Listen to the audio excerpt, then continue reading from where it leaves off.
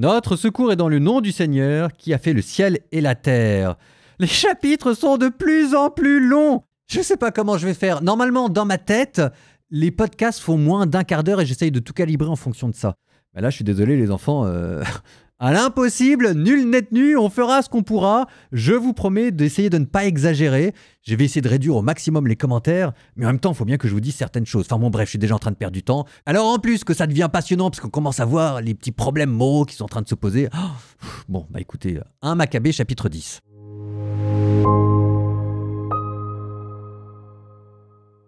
En l'an 160 de l'Empire grec, Alexandre Épiphane, qui se prétendait fils d'Antiochos, vint s'emparer de Ptolémaïs.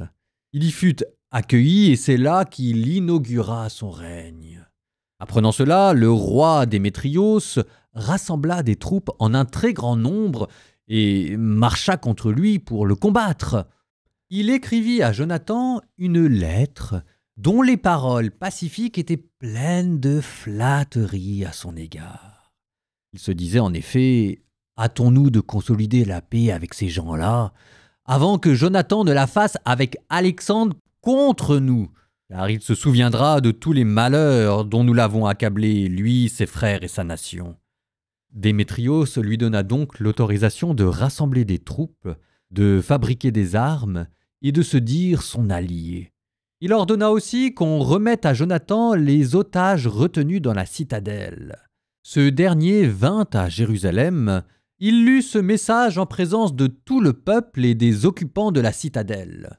Ceux-ci éprouvèrent une grande crainte en apprenant que le roi avait donné à Jonathan l'autorisation de rassembler des troupes.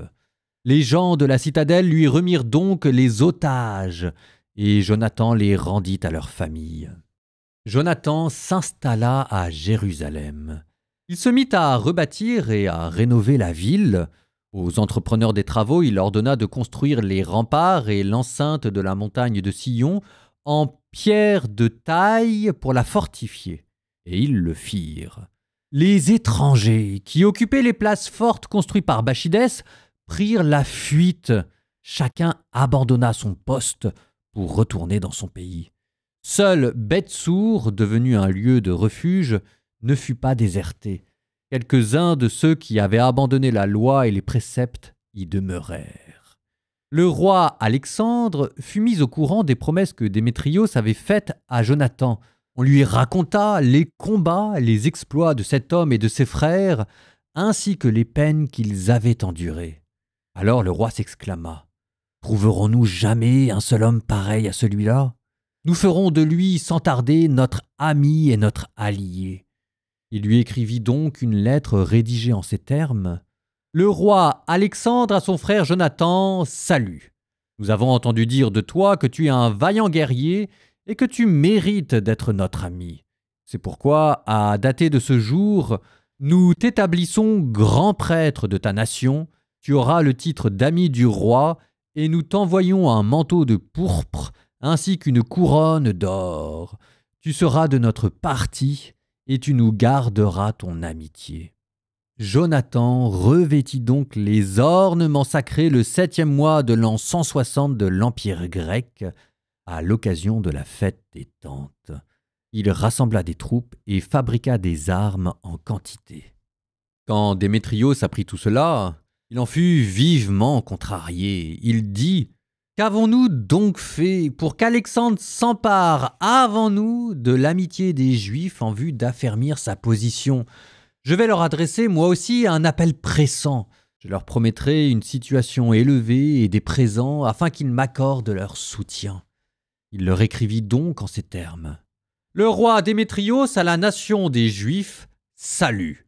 Vous avez respecté les conventions faites avec nous et vous êtes restés nos amis. Vous n'êtes pas passés du côté de nos ennemis. Nous avons appris tout cela avec joie.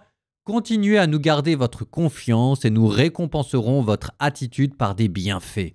Nous vous accorderons de nombreuses remises d'impôts et nous vous ferons des présents. Dès maintenant, je vous libère. Je décharge tous les Juifs des contributions, de la taxe sur le sel et des couronnes. D'autre part, à compter de ce jour, je fais remise à perpétuer du tiers des produits du sol et de la moitié des fruits des arbres qui me reviennent au bénéfice du pays de Juda et des 3 districts de Samarie-Galilée qui lui sont annexés. Jérusalem sera sainte et exonérée de dîmes et de droits ainsi que son territoire. Je renonce aussi à toute autorité sur la citadelle de Jérusalem et je la cède au grand prêtre qui pourra y établir une garnison choisie par ses soins.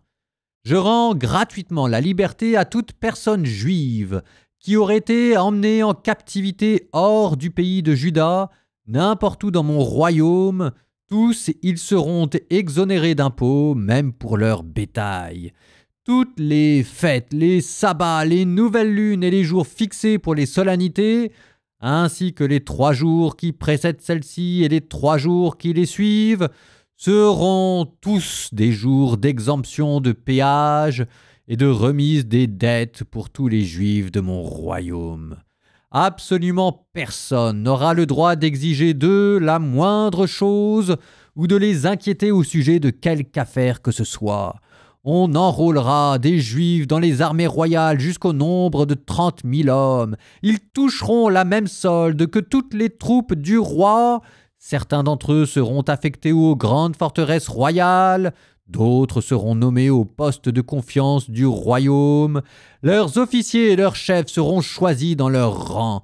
Ils se conformeront à leurs lois comme le roi l'a autorisé pour le pays de Juda. Quant aux 3 districts de la province de Samarie qui ont été annexés à la Judée, ils seront rattachés à la Judée, de telle sorte qu'ils ne dépendent que d'un seul homme et n'obéissent qu'à la seule autorité du grand prêtre. Je fais don de Ptolémaïs et du territoire qui en dépend au lieu saint de Jérusalem pour couvrir les dépenses du culte. Je donne, en outre, chaque année, 15 000 pièces d'argent prélevées sur les revenus du roi dans les lieux appropriés. Tout le surplus que les fonctionnaires n'ont pas versé, comme ils le faisaient les années précédentes, ils l'affecteront désormais aux travaux de la demeure. En outre, les 5 000 pièces d'argent que l'on prélevait chaque année sur les revenus du lieu saint, on ne les prendra plus car ils reviennent aux prêtres qui assurent le service liturgique. Si quelqu'un se réfugie dans le temple de Jérusalem ou dans son enceinte, à cause d'une dette envers le trésor royal ou de toute autre affaire, il sera libre avec tous les biens qu'il possède dans mon royaume. Les frais des travaux de construction et de restauration du lieu saint seront mis au compte du roi. Les frais occasionnés par la construction des remparts de Jérusalem et la fortification de son enceinte, ainsi que par la construction d'autres remparts en Judée, seront également mis au compte du roi. Quand Jonathan et le peuple entendirent ces paroles, ils refusèrent d'y croire et de les prendre en considération. Ils avaient encore en mémoire tout le mal que Démétrios avait commis en Israël, toute l'oppression qu'il avait fait peser sur eux. Ils accordèrent donc leur préférence à Alexandre, qui avait été le premier à leur adresser des paroles de paix. Ils étaient pour lui des alliés permanents. Alors, le roi Alexandre rassembla des troupes nombreuses et prit position contre Démétrios. Les 2 rois engagèrent le combat et l'armée d'Alexandre prit la fuite. Démétrios le poursuivit et prit le dessus. Il mena le combat avec acharnement jusqu'au coucher du soleil, mais ce jour-là, Démétrios succomba. Alexandre envoya des messagers à Ptolémée, roi d'Égypte, pour lui dire « Rentrez dans mon royaume, je me suis assis sur le trône de mes pères. J'ai pris le pouvoir, j'ai écrasé Démétrios et je me suis rendu maître de mon territoire. Dans le combat que nous nous sommes livrés, lui et son armée ont été écrasés par nous. Alors je me suis assis sur son trône royal. Maintenant, concluons donc une amitié l'un avec l'autre. Donne-moi ta fille en mariage. Je deviendrai ton gendre et je te donnerai ainsi qu'à elle des présents dignes de toi. Le roi Ptolémée répondit en ces termes: « Heureux le jour où, rentré dans le pays de tes pères, tu t'es assis sur leur trône royal. Maintenant, je ferai donc pour toi ce que tu as écrit. Mais viens me rejoindre à Ptolémaïs, afin que nous nous voyions l'un l'autre. Alors je ferai de toi mon gendre, comme tu l'as dit. » Ptolémée partit d'Égypte avec Cléopâtre, sa fille, et vint à Ptolémaïs en l'an 162 de l'Empire grec. Le roi Alexandre vint le rejoindre et Ptolémée lui donna Cléopâtre, sa fille.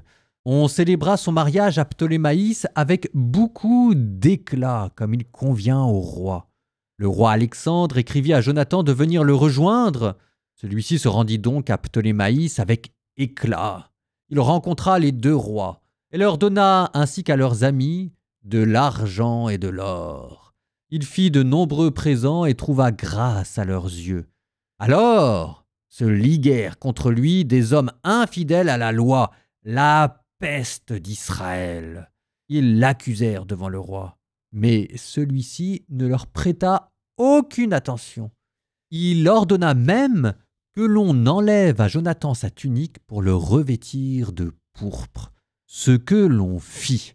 Le roi le fit asseoir auprès de lui et dit à ses officiers: « Allez avec lui au milieu de la ville, et faites proclamer que personne n'a le droit de porter plainte contre lui pour quelque motif que ce soit, ni de le tourmenter sous aucun prétexte. » Alors, en voyant les honneurs qu'on lui rendait par cette proclamation et le manteau de pourpre dont il était revêtu, ses accusateurs s'enfuirent tous.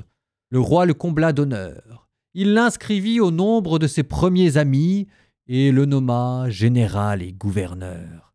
Aussi Jonathan retourna à Jérusalem dans la paix et l'allégresse.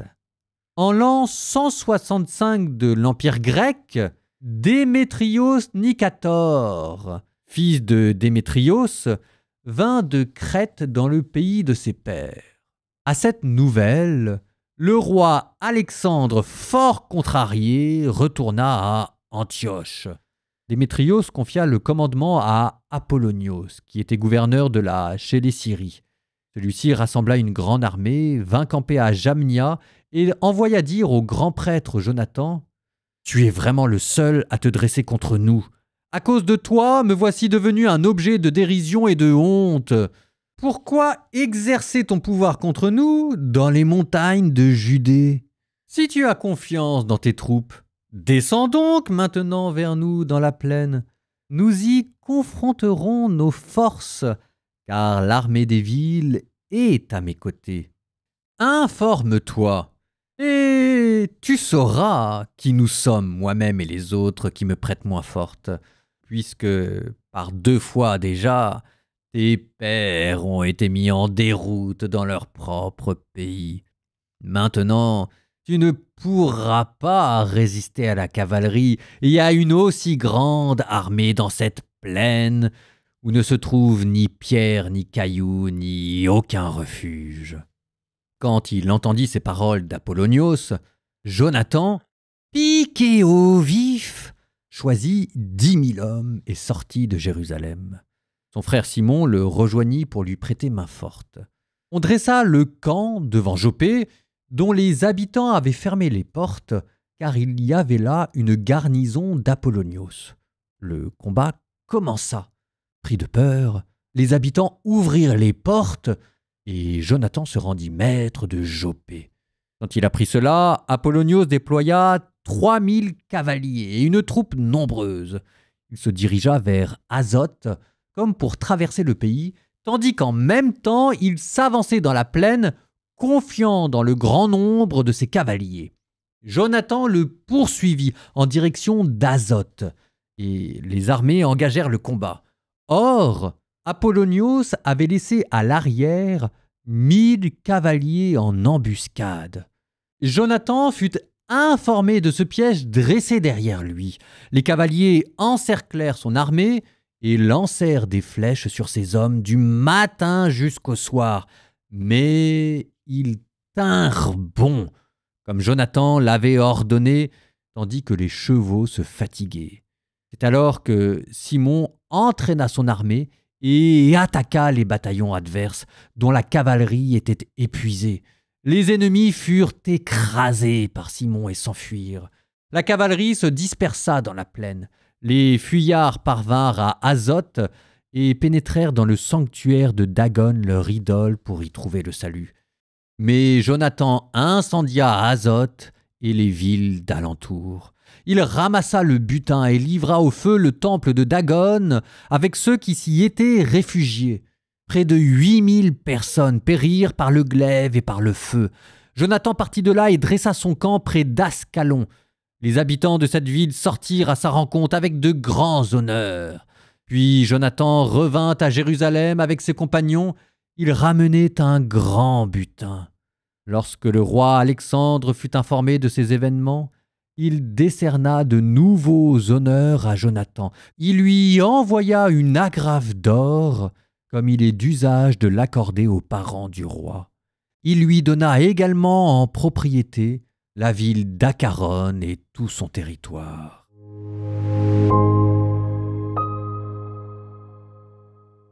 Un petit commentaire quand même. Alors, vous avez cette surenchère entre les deux rois, Alexandre Démétrios, qui essaye de s'attirer les bonnes grâces de Jonathan. Bonne pioche! Jonathan a choisi Alexandre qui va gagner le combat. Alors oui, très bien, en même temps ça pose une ou deux petites questions, parce que les avantages que Démétrios proposait, c'était des avantages pour le peuple. C'était peut-être trop beau pour être vrai, mais c'était le souci du bien commun et la liberté religieuse qui était quand même le premier motif de la guerre. À la place de quoi, Jonathan préfère quand même Alexandre. Et Alexandre, il propose pas du tout la paix religieuse, il propose pas des avantages pour le peuple, c'est simplement des honneurs pour Jonathan qu'il propose. C'est quand même étonnant, c'était le verset 19. « Nous avons entendu dire de toi que tu es un vaillant guerrier et que tu mérites d'être notre ami. » C'est quoi ce qui fait la gloire de Jonathan ici? C'est d'être zélé pour la loi? C'est de s'occuper de son peuple? Non, c'est d'être un guerrier. Et tu mérites d'être notre ami. Depuis quand dans la Bible on est là pour copiner avec le roi des nations? Surtout quand ce roi s'appelle Alexandre, en souvenir d'Alexandre le Grand. Donc en fait là on demande à Jonathan d'être ami d'Alexandre le Grand. Alors évidemment ça flatte l'ego, mais vous pouvez pas commencer une guerre pour lutter contre l'hellénisme pour ensuite devenir ami d'Alexandre. Ça n'a pas de sens. C'est pourquoi, ça c'est Alexandre qui continue de parler, à partir d'aujourd'hui, nous t'établissons grand prêtre de ta nation. Mais il n'y a rien qui va. Au moins, ce qui est bien, c'est qu'il n'y a même pas besoin de commentaires. Ça, c'est gros comme une maison. Depuis quand la légitimité du sacerdoce dépend des nations adverses? Et depuis quand le sacerdoce est devenu un enjeu diplomatique, un instrument de gloire personnelle? Il n'y a rien qui va. Et on termine en disant « Et nous t'enverrons un manteau de pourpre ainsi qu'une couronne d'or. Tu seras de notre parti et tu nous garderas ton amitié.